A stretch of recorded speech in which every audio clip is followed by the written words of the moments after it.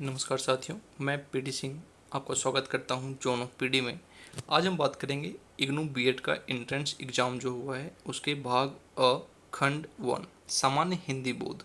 देखिएगा, इसमें हिंदी और इंग्लिश में जो अनुच्छेद आया था दोनों ही समान था, दोनों में कोई खास अंतर नहीं था, सिर्फ लैंग्वेज का फ़र्क था। इसीलिए हम हिंदी मीडियम में लेकर चलेंगे, लेकिन जिन बच्चों ने इंग्लिश मीडियम का पैराग्राफ अटेंड किया है आप उनसे काम कर सकते हैं। सबसे पहला क्वेश्चन था आपका, एशिया और अफ्रीका के कुछ विकासशील देशों ने। देखिएगा, यहाँ पे बार बार जो बात हुई थी इसमें बिल्कुल क्लियर पॉइंट था। थर्ड करेक्ट आंसर है इसका कि नियोजित आर्थिक विकास की संपूर्ण रणनीतियों में पर्यावरण संरक्षण को सावधानी से सम्मिलित किया है। और सेकंड प्रश्न है आपका, अमेरिका में विकसित तकनीकी प्रविधियाँ, अमेरिका में जो टेक्नोलॉजी डेवलप हुई हैं उसका क्या है। तो यहाँ पर आपको देखिएगा कि उष्ण कटिबंधीय देशों के बारे में स्पष्ट रूप से चर्चा की गई थी, तो वही करेक्ट आंसर होगा। उष्ण कटिबंधीय देशों के संसाधन प्रबंधन की समस्याओं के समाधान में बहुत प्रभावी हो सकती है। तीसरा प्रश्न है इसमें, पूरे भूमंडल पर वास स्थानों का अत्यधिक नुकसान हुआ है जिसका कारण है। तो देखिए, इसका एक ही कारण है, जनसंख्या विस्फोट, और बाकी जितने भी कारण हैं जनसंख्या विस्फोट की वजह से ही है। शहरीकरण हो चाहे निर्वनीकरण है, ये सारे जनसंख्या विस्फोट से उत्पन्न हुए। मेन कारण जो है सबकी जनसंख्या विस्फोट है। प्रश्न संख्या 4 देखेंगे, विकासशील दुनिया के गरीब लोग भी एक प्रसन्न और स्थिर जीवन जी सकते हैं। विकास जो डेवलपिंग कंट्रीज हैं, है ना, डेवलपिंग कंट्रीज के लोग एक अच्छा लाइफ कैसे जी सकते हैं। तो इसका करेक्ट आंसर थर्ड होगा, आर्थिक विकास प्राकृतिक संसाधनों के संरक्षण की सीमा में ही हो। ठीक है ना, यानी सस्टेनेबल डेवलपमेंट पे काम करना है, आर्थिक विकास भी करना है और प्राकृतिक संसाधनों का संरक्षण भी करना है।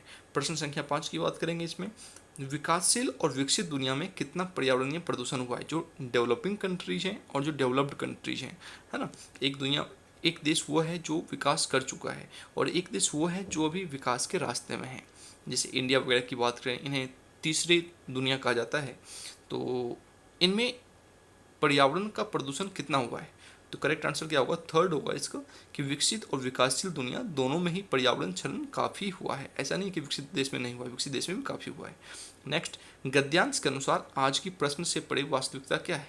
तो करेक्ट आंसर 1 है, अक्षय प्राकृतिक संसाधन गहरे संकट में है और समाप्ति की ओर है। प्रश्न संख्या 7 देखेंगे, विकासशील देशों में प्राकृतिक संसाधनों के घटने का सबसे महत्वपूर्ण कारण क्या है। एक ही कारण है, जनसंख्या विस्फोट।